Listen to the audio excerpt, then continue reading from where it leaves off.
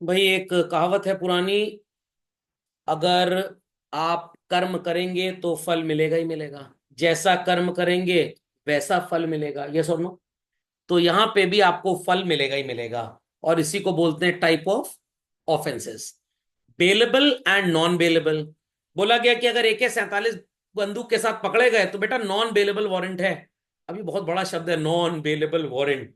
Bell शब्द का मतलब क्या होता है सर? हमको पता है बेल शब्द का क्या मतलब होता है। अभी मम्मी गई थी सर, वो करवा चौथ पे सर मेहंदी लगवाने, तो उसने कहा एक बेल लगाएंगे भाभी जी 300 लेंगे। अरे वो बेल नहीं होती है, वो पेड़ की बेल का डिजाइन है। यहां पे बेल शब्द का मतलब होता है to hold, to have custody. तो मैं सवेरे निकल लिया चौक एरिया, एक बर्तन की दुकान वालों से 5,000 का बर्तन अपने टोकरे में और ठेले में रखा, और दिन भर मोहल्ले में निकल गए बेचने के लिए। तो बर्तन मैंने होल्ड किए हैं, मैं हूं बेली, और बर्तन वाला है बेलर। और कॉन्ट्रैक्ट है बेलमेंट का। किसका? बेलमेंट। तो बेलमेंट का मतलब होता है टू होल्ड। तो CRPC में या किसी भी प्रैक्टिकल कानून रिलेटेड टू क्रिमिनल ऑफेंसेस में बेल का कहीं पे डेफिनेशन है ही नहीं। बट बेल का मतलब यही होता है टू होल्ड और to have custody. Is that clear? अब ध्यान से सुनिएगा, बेलेबल ऑफेंस क्या होता है। If a person accused of bailable offence is arrested और डिटेन्ड विदाउट वारंट, ही और she has a right to be released on bail. अभी किताब में इतना बकवास लिखा है तो मैंने इसको थोड़ा सा ठीक किया। In such case of bail is not a matter of right, only a privilege to be granted at the discretion of the court। तो ध्यान से सुनिएगा कि भाई बेलेबल ऑफेंस का क्या मतलब है। आपने एक ऐसा गुनाह किया, ऐसा जुर्म किया जिसके लिए आपको जेल से छूट मिल सकती है, इस गुनाह को क्या बोलेंगे? बेलेबल ऑफेंस बोलेंगे। ये होता कौन सा है? जहां पे आपका इम्प्रिजनमेंट 3 साल से कम का होता है, उन ऑफेंसेस को बेलेबल बोलते हैं। क्योंकि अगर 3 साल से ऊपर का इम्प्रिजनमेंट है तो it is non bailable. Is that clear? तो मान लीजिए आपने किसी के रेस्टोरेंट में खाना खाया और बिल वाले काउंटर के पास खड़े हुए, उसने बिल बनाया 1,200 रुपए। आप दोस्त को बोले गाड़ी स्टार्ट रखना बस बाहर, और बोला चौराहे तक गाड़ी, और भाग गए। क्या इसके लिए 25 साल की सजा हो जाएगी? Not at all. जज कहेगा अच्छा ठीक है 15 दिन की सजा दे देते हैं। Is that clear? या 15 दिन तुम जेल में आओ और लोगों के लिए खाना बनाओ, और आपके वकील ने आपको बोला ऐसा है 2,000 मुआवजा भर दो तो छूट जाओगे, 15 दिन भी जेल में नहीं रहना पड़ेगा। It is bailable. बट तुझे ऐसा कर्मकांड कर दिए, पड़ोसी की सास और बहू में लड़ाई हो रही थी, आपने उसकी बहू की गर्दन काट दी। सास को वैसे तो खुश होना चाहिए, अंदर अंदर बहुत खुश हो रही थी वो, बट है तो मर्डर का केस। तो आपको 15 साल की या 14 साल की सजा हो गई। It is non bailable. Why? Because imprisonment 3 साल से ज्यादा का है। तो अगर मैंने किताब लिखी होती तो मैं लिखता type of offences based on imprisonment period. Based on imprisonment period. तो बेस्ड ऑन इम्प्रिजनमेंट पीरियड में दो तरह के ऑफेंसेस आ गए। 3 साल से ज्यादा की सजा है तो नॉन बेलेबल ऑफेंस बोलेंगे, और 3 साल या उससे कम की है तो, क्योंकि यहां पे क्या लिखा है, इम्प्रिजनमेंट फॉर 3 इयर्स और मोर। 3 साल से कम है तो बेलेबल, और ज्यादा है तो नॉन बेलेबल। तो सर ये हमको बताएगा कौन? वैसे तो आपका वकील बता देता है, और नहीं तो हमारे यहाँ तो पुलिस को अपना रिकॉर्ड बढ़ाना होता है तो पुलिस वाले बताते ही नहीं। एल्स अभी आपको मैं आगे पढ़ाऊंगा। आपके पास राइट है जानने का कि आपका गुनाह बेलेबल है या non bailable. Is that clear? क्या? हाँ, अगर डेफिनेशन लिखने को आ गई तो आप यही लिखेंगे, 3 साल से कम का अगर इम्प्रिजनमेंट है, मैं इम्प्रिजनमेंट भी क्या कर रहा हूँ, फाइन की बात नहीं कर रहा हूँ, वो भी आगे करूंगा। 3 साल से कम की जेल हो रही है तो बेलेबल, छूट सकते हैं आप, और ज्यादा की है तो नॉन। ऐसे नहीं छूट जाते हैं, आपको सिक्योरिटी देना पड़ता है, FD वगैरह वहां गिरवी रखनी पड़ती है। या आपके पास 5 लाख रुपए की कार है, और बेल तब मिलेगी जब कम से कम 4 लाख रुपए की सिक्योरिटी गिरवी रखो। तो कार के जो पेपर होंगे वो वहां पे जमा होंगे आपके, कि कल को आप कार किसी को बेच के भाग ना पाए। तो इस तरह से बेल आपको मिलती है। तो बेल लेने के लिए you have to give some security. Is that clear? चले आगे भाई, पक्का? ऑब्जेक्टिव क्या होता है कि बेल दें कि ना दें। कुछ ऐसे केसेस होते हैं, बड़े भयंकर जुर्म होते हैं, जहां पे आपका फिजिकल अपीयरेंस बहुत जरूरी है जब कोर्ट में केस चलेगा, तो वहां पे नॉन बेलेबल है ये। Is that clear? तो सिर्फ बेलेबल ऑफेंसेस वो हैं जो 3 साल से कम के हों, या जब ट्रायल चले तो आपकी वहां पे जरूरत ना हो। तो अगर आपने ऐसा गुनाह किया जहां पे ट्रायल में वकील का ही काम हो, आपका कोई जरूरत नहीं है, then it is bailable. Then it is bailable. तो दो केसेस में बेलेबल बनता है ऑफेंस, 3 साल से कम या ट्रायल में you are not required. Is that clear? नहीं, अगर 4 साल की सजा है तो फिर नॉन अवेलेबल हो जाए, क्योंकि 3 साल का पीरियड भी है ना। ट्रायल भी नहीं हो और 3 साल से कम हो तो अवेलेबल है। सुप्रीम कोर्ट कह रहा है कि भाई आप अपनी सिक्योरिटी पे भी बेल ले सकते हैं, और सुरेटी नहीं होता है, श्योरिटी होता है, जो आपका जिम्मा ले। मान लीजिए आपको 8 महीने की सजा हुई, अगर आप सजा नहीं चाहते, बेल चाहते हो, तो 5 लाख की सिक्योरिटी जमा करिए। एक जमीन गांव में आपकी है 3 लाख रुपए की, आप उसके कागज गिरवी रख दीजिए, और एक दोस्त को बोलिए यार तू भी अपना कुछ गिरवी रख के मेरे को छुड़ा ले।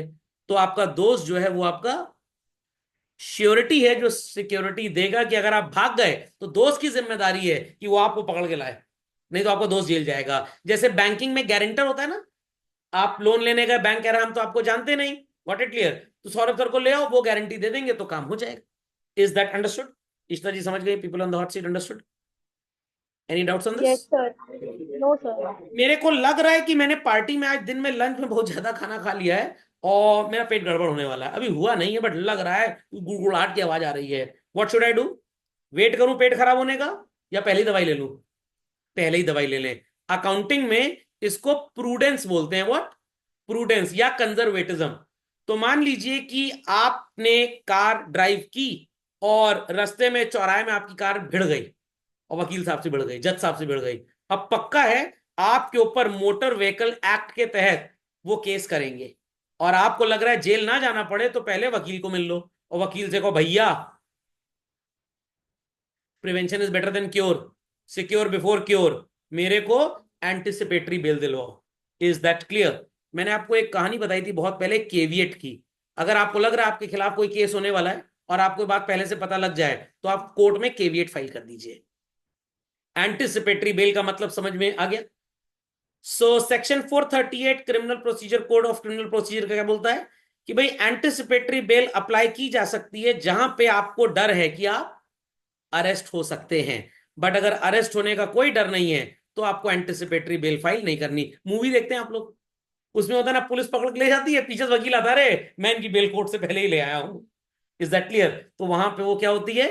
एंटिसिपेटरी बेल होती है। समझ में आ गया? सो एप्लीकेशन एंटिसिपेटरी बेल की आपको कहां पे देनी पड़ेगी? सेशंस कोर्ट में, हाई कोर्ट या सुप्रीम कोर्ट में। नॉर्मली कोर्ट ऑफ सेशन या जो सुप्रीम कोर्ट होता है, इसी को लोग सबसे पहले अप्रोच करते हैं। इसका रीजन है क्रिमिनल केसेस डायरेक्टली ना हाई कोर्ट में जाएंगे ना सुप्रीम कोर्ट में, इसलिए पहले जनरली लोग वहीं अप्रोच करते हैं। खोपड़े में बात गई, समझ में आ गया? सो क्या क्या बातें कंसिडर की जाती हैं आपको एंटिसिपेटरी बेल देने के लिए? नेचर ऑफ एक्विजिशन, किस तरह का गुनाह है। जज साहब, मेरा जो क्लाइंट है ना, इसने कत्ल कर दिया, दिमाग से थोड़ा पैदल, रात में सोया नहीं था, आप एक काम करिए एंटिसिपेटरी बेल दे दीजिए, मैं समझा दूंगा। जज कहेगा मैं पहले तुमको भी अंदर करूंगा। तो ऐसे केसेस में एंटिसिपेटरी बेल नहीं मिलेगी। Okay. Antecedents of the applicant, आपकी हरकतें और आज तक की एक्टिविटीज। अगर आप एक कोल्ड ब्लडेड मर्डरर थे, 15 साल सजा काट के आ चुके हैं, उसके पहले ही बहुत बार जेल गए, फिर आपने वही काम किया, तो आपको एंटिसिपेटरी बेल नहीं मिलेगा। आपने वो संजय दत्त की मूवी देखी होगी, मुन्ना भाई एमबीबीएस। सलमान खान ने बीइंग ह्यूमन नाम की ऑर्गेनाइजेशन बनाई। ये सब ऑर्गेनाइजेशन इन लोगों ने अपने वकीलों के कहने बनाई है कि थोड़ा सोसाइटी की तरफ नरम रहो, तो वकील साहब भी और कोर्ट में जज साहब भी गरम कम होंगे। जब देखेंगे पर्सन ऑफ एलीट इंपॉर्टेंस है, अरे भैया किसके ऊपर गाड़ी चढ़ाए थे, किसके ऊपर गाड़ी चढ़ाए थे? स्ट्रीट पे जो सो रहे थे, एक तो वो केस हुआ था, जॉली एलबी में वो केस भी था कि भाई उनके सलमान खान के लॉयर ने बोला कि भाई जो पाथवे है होटल वो सोने के लिए नहीं है, तो अपोजिट लॉयर क्या बोलता है? गाड़ी चलाने के लिए नहीं है, गाड़ी रोड पे चलती है। समझ में आ गया? तो देखा जाएगा कि आप किस तरह के इंसान है। मैं टीचर हूं, समझ में आ गया? गलती से गाड़ी चलाते किसी के ऊपर चढ़ गई, मर गया, तो क्या मैं मर्डर तो हूं नहीं, तो हो सकता है मेरे को एंटिसिपेटरी बेल मिल जाए।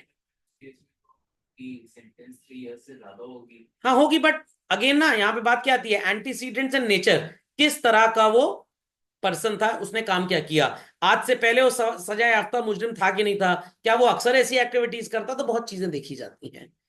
पॉसिबिलिटी दैट द अक्यूज्ड में फ्ली फ्रॉम जस्टिस, लग रहा है कि भाग सकता है देश छोड़ के, तो भी एंटिसिपेटरी बेल नहीं मिलेगा। और अगर हमें इसकी इतनी बेइज्जती कोर्ट में करनी है कि अगली बार से गुनाह फिर ना करे, तो भी हम एंटिसिपेटरी बेल नहीं देंगे। तो ये केसेस अगर यस में प्रूव हो जाएं तो एंटिसिपेटरी बेल नहीं मिलती है। जेल में नहीं तो सब बच गए पैसा सा खिला के। अभी जैसे शाहरुख खान के बेटा ड्रग्स बेचते हुए शिप पे पकड़ा गया था, वकील बढ़िया था, साबित कर दिया कि उसके पास था ही नहीं, या दूसरे लोगों को बोला तुम कबूल लो, कोई मर्डर तो है नहीं, तो 4-5 साल की जेल होगी। कबूलियत तो ऐसे होता ही है। डिक्लाइन कर दिया, बट उनके पास कोई ऐसा एविडेंस नहीं था जो प्रूव कर पाए कि वो सलमान खान ही थे। आई विटनेस थे, बट बाद में वो भी मुकर गए होंगे। नहीं, कैमरा था, बट अगेन चीजें कैमरे में ठीक से नजर नहीं आ रहा, कैमरा जज साहब को थोड़ा देखेंगे, फोरेंसिक टीम है, उसको बोल दिया देखिए, हाँ ये लग नहीं रहे कहीं से, टोपी पहनी है, टी शर्ट पहनी है, कोई भी हो सकता है वो। हाँ बिल्कुल अप्लाई कर, कोई भी, तुम भी अप्लाई कर सकते हो केवीएट, कोई भी अप्लाई कर सकता है, हाँ, कोई भी अप्लाई कर सकता है। ओके, तो इसलिए कहते हैं ना, इंसान को तरक्की करने के लिए एक चार्टर्ड अकाउंटेंट अच्छा मिल जाए, एक वकील अच्छा मिल जाए, और एक बाबा जी से अच्छा संपर्क हो, जिसके सामने सब मत्था टेकते हो। जज साहब भी मत्था टेकेंगे, चोर भी मत्था टेकेगा, तो बाबा जी बोलेंगे जज साहब को ये चोर और तुम दोनों ही मेरे भक्त हो, तो भैया इसको छोड़ देना। कितने जजेस विड्रॉ कर लेते हैं केसेस। चलिए खैर, समझ में आ गया। जी कोई query, people on the hot seat, any query? समझ गए इस बात को? Cognizable and non cognizable expense, sorry, offence क्या होता है? जहां पे इम्प्रिजनमेंट 3 साल से कम का हो, आई रिपीट 3 साल से कम का हो, गॉट इट क्लियर?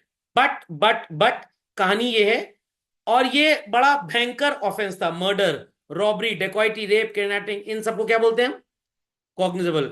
हरकत भयंकर थी, हरकत भयंकर थी, बट सीआरपीसी क्या बोलता है? Offences punishable with imprisonment for not less than 3 years are taken as serious offences. तो पिछला वाला भी 3 साल से कम था, अवेलेबल नॉन अवेलेबल, बट वहां पे सीरियसनेस ऑफ द ऑफेंस नहीं था।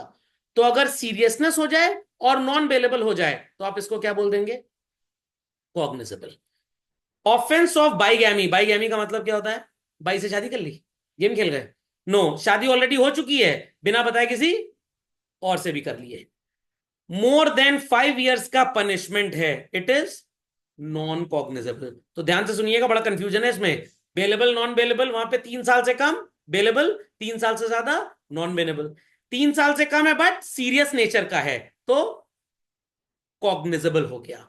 और अगर 5 साल से ज्यादा की सजा है तो नॉन कॉग्निजेबल। ये एग्जाम्पल है बाइगेमी, ऐसे और भी हो सकते थे। ओके, हाँ पूछिए क्या क्वेरी है? कैसे ले सकते नहीं नहीं नहीं, सजा उस पर 3 साल से कम है। नहीं, और ज्यादा होती है ना, तो in that case it becomes non cognizable. Is that clear? तो ये तो कानून की किताब में लिखा हुआ है ऐसा। जज साहब 25 साल की सजा दे दें, उनको थोड़ा कोई रोक सकता है।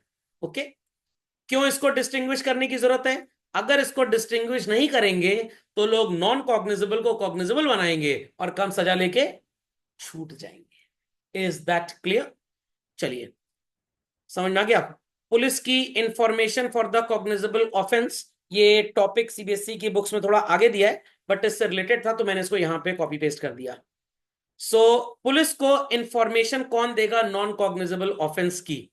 सेक्शन 155 क्रिमिनल प्रोसीजर कोड बोलता है, any person giving information to the police officer in the police station कि कोई नॉन कॉग्निजेबल ऑफेंस हुआ है, कमीशन का मतलब हैपनिंग, कमीशन का मतलब हैपनिंग, तो पुलिस वाले के पास पूरा राइट है उस जगह पे जाकर उन चीजों की तहकीकात करने के लिए।